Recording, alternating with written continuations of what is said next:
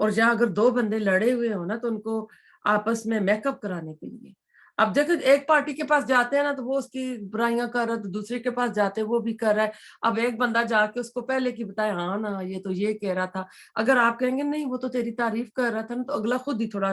نرم پڑ جائے گا۔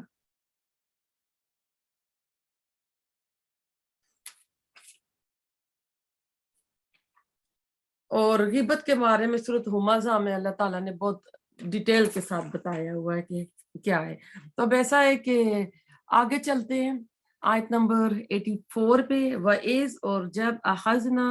لیا ہم نے میثاقکم پختہ عہد تم سے، لا تسفکون نہ تم بہاؤ گے دماءکم خون اپنے، ولا اور نہ تخرجون تم نکالو گے انفسکم اپنے نفسوں کو، یعنی اپنے بندوں کو، اپنی برادری کے بندوں کو، من دیارکم اپنے گھروں سے، ثم پھر اقرار کیا تم نے، وانتم اور تم تشہدون اور تم اس کے اوپر گواہ تھے، یعنی اللہ تعالیٰ نے ایک اوپر حکم دیا تھا کہ آپس میں جنگ نہیں کریں گے، خون ریزی نہیں کریں گے، تم بنی اسرائیل کی یعنی ایک وحدت، ایک جماعت بن کر رہو گے، تم سب بھائی بھائی بنو گے۔ اور یہی بات قرآن سورۃ حجرات میں اللہ تعالیٰ نے فرمایا انما المؤمنون اخوہ، کہ مومن آپس میں بھائی بھائی ہوتے ہیں۔ ان کو وہاں حکم تھا کہ تم نہیں نکالو گے اپنے بندوں کو اپنے گھروں سے۔ اب حضرت موسیٰ اور حضرت ہارون علیہ السلام کی وفات کے بعد بنی اسرائیل نے حضرت یوشع بن نون کی قیادت میں فلسطین کو فتح کرنا شروع کیا۔ سب سے پہلا شہر انہوں نے جو فتح کیا، اس کے بعد جب سارا فلسطین انہوں نے فتح کر لیا تو انہوں نے ایک مرکزی حکومت قائم نہیں کی تھی، بلکہ 12 قبیلوں نے اپنی اپنی 12 حکومتیں بنا لی تھیں۔ ان حکومتوں کی باہمی جو چپکلشت کے نتیجے میں ان کی آپس میں خانہ جنگیاں ہوتی تھی، اور یہ ایک دوسرے پر حملہ کرتے، وہاں کے لوگوں کو نکال باہر کرتے، انہیں بھاگنے پر مجبور کرتے، ان میں سے کچھ لوگ فرار ہو کر کسی کافر ملک میں چلے جاتے اور کفار انہیں غلام یا قیدی بنا لیتے، تو اس حالت میں یہ انہیں فدیہ دے کر چھڑا دیتے۔ اس کی دوسری مثال یہ ہے کہ نبی صلی اللہ علیہ وسلم جب مکہ مدینہ میں آئے تو اس وقت جو تھے مدینہ میں انصار کے 2 قبیلے تھے، اوس اور خزرج، اور 3 قبیلے جو تھے یہود کے تھے۔ اب انہوں نے جو ہے نا معاہدہ کیا ہوا تھا مدینے میں کہ یہود جو تھے، یہود کے جو 2 قبیلے تھے وہ بنو قریظہ اور بنو نذیر جو تھے، وہ جو ان کے حلیف بن گئے تھے بنو خزرج کے، اور دوسرا جو تھا دوسرے کا بن گیا تھا۔ اب اوس اور خزرج کی آپس میں لڑائیاں ہوتی رہتی تھیں۔ اب یہ یہود اسلحہ بھی ان کے اوپر بیچتے تھے، یہ تاجر بھی تھے۔ اب ان کی مثال ایسی تھی کہ جب یہ لڑتے تو اب آج کل کی بھی آپ مثال لے لیں کہ کون اسلحہ بیچ رہا ہے اور کون لڑا رہا ہے آپس میں ملکوں کو، تو یہ ان کی شروع کی عادت ہے، ٹھیک ہے۔ تو اب ایسا تھا کہ اب یہ 3 حکموں پہ تو نہیں عمل کرتے تھے۔ اس میں اگر آپ دیکھیں تو اللہ تعالیٰ نے ان سے اس آیت میں 4 عہد لیے تھے، خون نہیں بہاؤ گے، اپنے ساتھیوں کو گھروں سے نہیں نکالو گے، ظلم زیادتی پر مدد نہیں کرو گے، اور فدیہ دے کر چھڑاؤ گے۔ اب اوس اور خزرج کی جنگ میں حلیف قبائل آمنے سامنے آتے یا لڑتے، تو اب یہ کیا کرتے کہ پہلے 3 حکموں پہ تو عمل نہیں کرتے تھے، لیکن جو چوتھا حکم ہے یعنی فدیہ دے کر چھڑانا، تو کہتے تھے نہیں یہ تمہاری کتابوں میں لکھا، اللہ تعالیٰ نے ہم کو کہا ہے تو ہم ایسا کرتے ہیں۔ تو اس میں آپ دیکھیں کہ یہ تو ان کا معاملہ ہے، لیکن کیا میں قرآن کی ساری تعلیمات کو مانتی ہوں؟ وہ کون سی باتیں جو میں نہیں مانتی؟ عمل سے دیکھیں کہ میں اور آپ کیا کر رہے ہیں، خاص کر نماز کو دیکھیں، کیا کیسی نماز ہے، زکوٰۃ کی فہرست بنائیں کہ اگر زکوٰۃ دے رہے ہیں تو اس کے بعد پھر صدقات لے کر آئیں، کہ اللہ تعالیٰ تو پورا سال ہمیں مال دیتا ہے، اس کے بعد ہم کیا کر رہے ہیں؟ پھر قرآن کو محض علم کے اضافے کی چیز تو نہیں سمجھ رہے ہیں نا۔ تو کہتے ہیں نا کہ یہ واعظ و نصیحت جو ہوتی ہے نا، یہ انسان کے لیے آئینہ کا کام کرتی ہیں۔ اگر اس آئینے میں انسان کو اپنے چہرے کے داغ دبے دور کرنے ہو نا، تو وہ ان کو دور کرے، وہ شیشے کو نہ توڑے، ٹھیک ہے نا، کہ وہ دیکھے میں کہاں سے بصورت لگ رہی ہوں، میں وہاں سے ٹھیک کروں، یعنی ہم اپنا اپنا کریکٹر ٹھیک کریں۔ یہ تزکیہ ہوتا ہے، اپنا اپنا ہم اپنے آپ کو کلین کرتے جائیں۔ آج امت مسلمہ کا کیا حال ہے؟ آج ہم اپنی مرضی کی باتیں لے لیتے ہیں، خود کو نہیں بدلتے نا۔ تو اللہ تعالیٰ اس میں بتا رہا ہے کہ پھر ان کے لیے نا کیا ہوگا، عذاب کیا ہوگا۔ تو اب اگلی آیت پہ چلتے ہیں، ثم پھر انتم تم انہی کی طرف ہے، جیسے نا دیکھیں ہاں اولائے وہی لوگ ہیں، سو انتم بھی پھر تقتلون تم قتل کر ڈالتے ہو انفسکم اپنے نفسوں کو، وتخرجون اور تم نکال دیتے ہو فریقاً ایک گروہ کو منکم اپنوں میں سے، من دیارہم ان کے گھروں سے، تظاہرون تم چڑھائی کرتے ہو علیہم ان پر بالاسم 7 گناہ کے، والعدوان اور زیادتی کے، وان اور اگر یاتوکم وہ آئیں تمہارے پاس اسارا قیدی بن کر، تفادوہم تم فدیہ دے کر چھڑاتے انہیں، وہوا حالانکہ وہ محرم حرام کیا گیا علیکم تم پر، اخراجہم نکالنا ان کا، افتؤمنون کیا پھر تم ایمان لاتے ہو ببعض بعض اس سے، الکتاب کتاب کے، وتکفرون اور تم کفر کرتے ہو ببعض ساتھ بات کے، فما جزاء تو نہیں بدلہ من یفعل اس کا جو کرتا ہے، ذالکا یہ منکم تم میں سے، الا مگر خزی رسوائی ہے، فی الحیات الدنیا دنیا کی زندگی میں، وہ یوم القیامت اور قیامت کے دن یردونا وہ لٹائے جائیں گے، الی اشد العذاب طرف شدید ترین عذاب کے، وما اللہ اور نہیں اللہ بغافل غافل اما اس سے جو تعملون تم عمل کرتے ہو، یعنی اوس اور خجرس کے ساتھ بنو قریظہ اور بنو نصیر کی آپس میں حلیف بنے ہوئے تھے، جب جنگ کرتے تو گلے کاٹتے، اوس اور بنو جو قریظہ تھی ان کو فتح ہوتی تو لازماً پھر کیا ہوتا تھا، بنو نذیر کے قیدی خزرج کے ہاتھ آ جاتے، تو اب یہ کیا کہتے ہیں ان قیدیوں کو چھڑاتے، جیسا کہ میں نے آپ کو پہلے بتایا 3 کام اللہ تعالیٰ کے نہیں کرتے تھے، حکم خلافی کرتے تھے اور ایک پر عمل کرتے تھے۔ سبق کیا ہے؟ آج ہم اسلام کے ارکان کے ساتھ کیا کریں، نماز، زکوٰۃ، یعنی قرآن کے حکموں کو ہم کس طرح بدل رہے ہیں، کچھ پر ایمان لاتے ہیں، کچھ پر نہیں آتے، جو ہمیں ایزی لگتا ہے لے لیتے ہیں، جو ہماری مرضی کا نہیں ہے اس کو چھوڑ دیتے ہیں نا، تو اللہ تعالیٰ کہہ رہے ہیں کیا ہوگا اس کا انجام، خزیٌ فی الحیات الدنیا، یعنی دنیا کی زندگی میں بھی عبرتناک مقام ہوگا۔ تو اب ان کا دیکھتے ہیں نا، یہ تو آج ہم ذلیل ہو رہے ہیں، اس کا میں آپ کو بتاؤں گی، میرے پاس ایک جگہ لکھا ہوا ہے، ڈاکٹر اسرار رحمۃ اللہ کی کوٹنگ ہے میرے پاس۔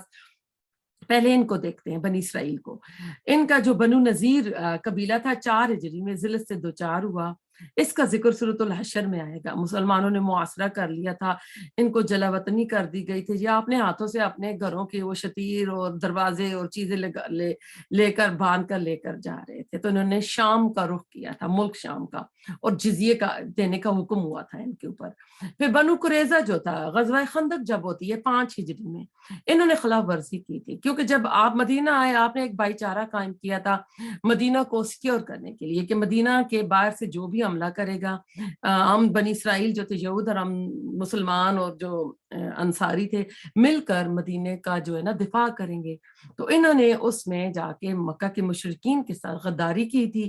تو ان کا ساتھ دیا تھا۔ پھر زید بن معاذ